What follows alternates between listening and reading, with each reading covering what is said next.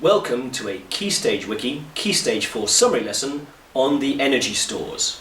Now if you're not already on our website, you can click the link below for some further information. So let's start with an acronym to help us remember the energy stores. The acronym is TECMENG. T-E-C-K-M-E-N-G. That stands for thermal, elastic potential, chemical potential, kinetic, magnetic potential, electrostatic potential, nuclear potential, and gravitational potential. These are the 8 major energy stores. However, there are 2 other energy stores that we'll look at the end of the video.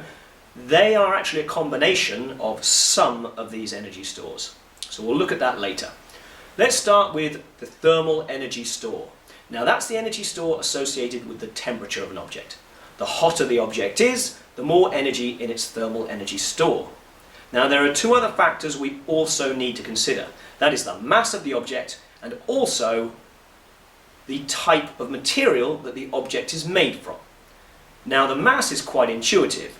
If we think about an object having greater mass than another, well, if it's the same material and it's the same temperature, then the object with the greater mass is going to have more energy in its thermal energy store. But the other thing we need to consider is something called specific heat capacity. It turns out that different materials can store different amounts of energy for 1 kilogram per degree C of that material. So, thinking about that for a second, if you have water, 1 kilogram at 20 degrees C, and we have copper, 1 kilogram at 20 degrees C, if we try to increase the temperature by 1 degree in both, the water actually takes more energy to increase. The water will require 4,200 joules of energy to increase the 1 kilogram by 1 degree, whereas the copper will only require 390 joules of energy to increase it by 1 degree. So this specific heat capacity actually affects not only the amount of energy it can store, but also affects how easy it is to increase its temperature. Now the next is the elastic potential energy store. Now that's the energy store associated with the stretching, squashing and twisting of elastic objects. Now that means objects which when you let go, they'll return to their original shape.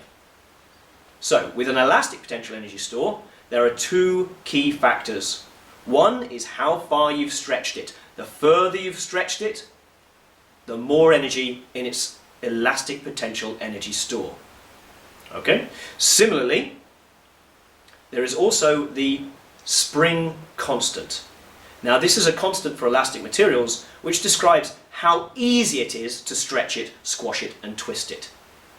We might call it the stiffness of a spring or the stiffness of a rubber band. In those particular cases, the stiffer the rubber band, the more difficult it is. That means the more energy can be stored in the elastic potential energy store. Next is the chemical potential energy store. Now this is the energy store associated with a reaction mixture. So for instance, when we have petrol and oxygen in the same location, there is a chemical potential energy store there that when the oxygen combines with the fuel, we get thermal energy being released. But where did that energy come from? Well, it came from the potential energy store, the chemical potential energy store, that was stored in that reaction mixture. Another important note to consider is how a battery or a cell functions. A battery or a cell actually contains chemicals that undergo a chemical reaction. There is a reaction mixture inside a battery or a cell, and when those chemicals react, that is what causes electrons to be mobilized to travel around a circuit. Our next energy store is the kinetic energy store. That's the energy store associated with moving objects. The faster it's moving, the more energy in its kinetic energy store. And similarly to the thermal energy store, the more mass it has, also the more energy in its kinetic energy store. So if I've got a car and a truck, both going at 60 miles per hour, the truck is going to have more kinetic energy, assuming the truck has more mass. Next, we have our magnetic potential energy store. Now that's simply the energy store associated with a magnetic object in a magnetic field. When there's a magnetic object in a magnetic field, you'll notice it might be attracted or repelled by a magnet, and so when that happens, the object is going to speed up or slow down, which means it's now gained kinetic energy. Where did that energy come from? In this case, the energy came from the magnetic potential energy store. Moving on now to the electrostatic potential energy store. That energy store is the energy store associated with charged particles. This is when we talk about positive and negative, protons and electrons. So when we have a proton near an electron, they are attracted to each other. Now, just like with the magnetic potential energy store, we know that when we have a proton and electron near each other, they'll accelerate towards each other if they can. Now, if that happens, that means they've increased their speed, which means they've increased their kinetic energy. Where did that energy come from? In this case, it came from the electrostatic potential energy store. Next is our nuclear potential energy store. That's the energy store associated with nuclear reactions, so such as fusion and fission, and it's also associated with radioactive decay, the release of alpha, beta, or gamma. Finally, we have our gravitational potential energy store. Now that's the energy store associated with objects in a gravitational field. The higher up the object is, the more energy in the gravitational potential energy store. Also, again similarly to kinetic and to thermal, the more mass you have, the more energy is going to be in the gravitational potential energy store. So if I've got a 1 kilogram object and a 2 kilogram object, the 2 kilogram object, if they're both at the same height, will have more energy in its gravitational potential energy store. Finally, the last thing to consider is the gravitational field strength. So on Earth, our gravitational field strength is 9.8 newtons per kilogram. That means if I've got a 1 kilogram object, it's going to weigh 9.8 newtons. Well, that's on Earth.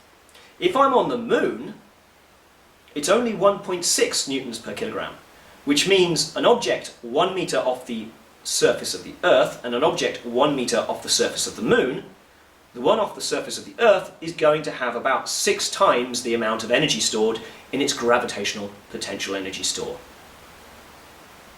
Right, finally, we're going to look at these 2 other energy stores, the ones that I said were a mixture of some of the others. Well, those 2 are the internal energy store. Now, when we look at an object, it has a certain amount of internal energy. That is its thermal energy plus some potential energies between the different particles. So for instance, there might be an electrostatic potential energy between some particles in an object.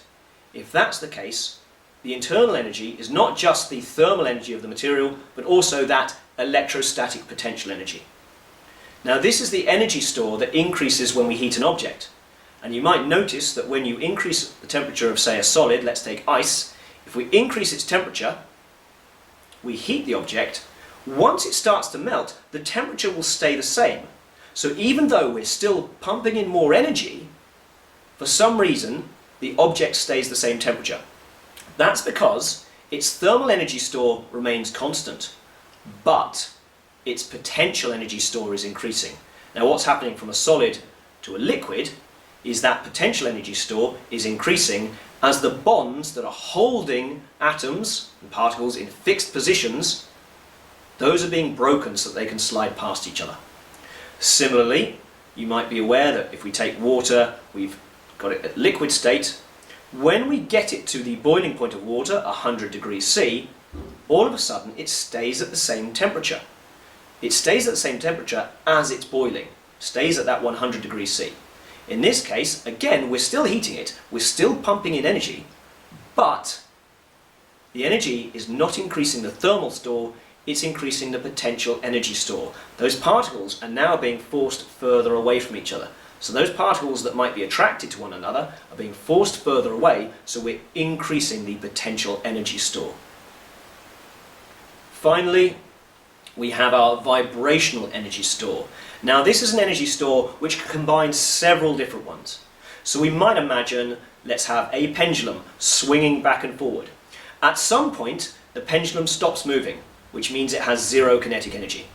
At another point, the pendulum is moving as fast as possible when it reaches the bottom, so it has kinetic energy. Well, in this particular case, we've got a vibration going on, and energy is being constantly transferred between the gravitational potential energy store, because it's higher up, through to the kinetic energy store, back to the gravitational potential energy store. So we've got a constant cycling of the energy. We also have the example of a spring. If we have a mass on a spring, as the object goes down, then it's got kinetic energy whilst it's moving, but its elastic potential energy is increasing and the object is slowing down. Meanwhile, its gravitational potential energy is also decreasing.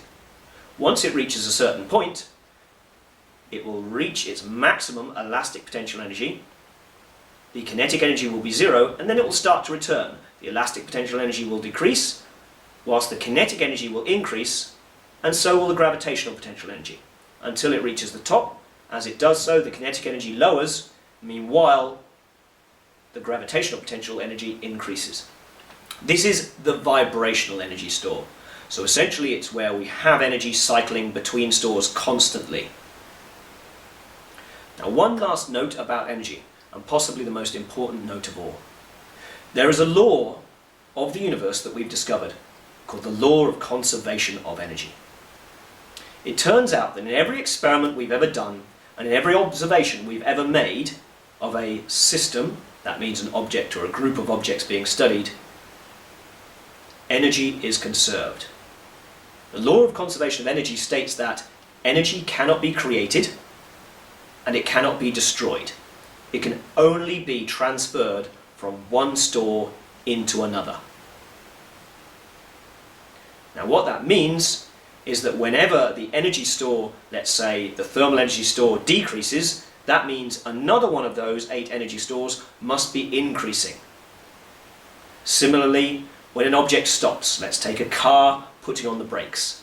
Well, we had kinetic energy at the start, and now all the kinetic energy is gone. Where did that energy go?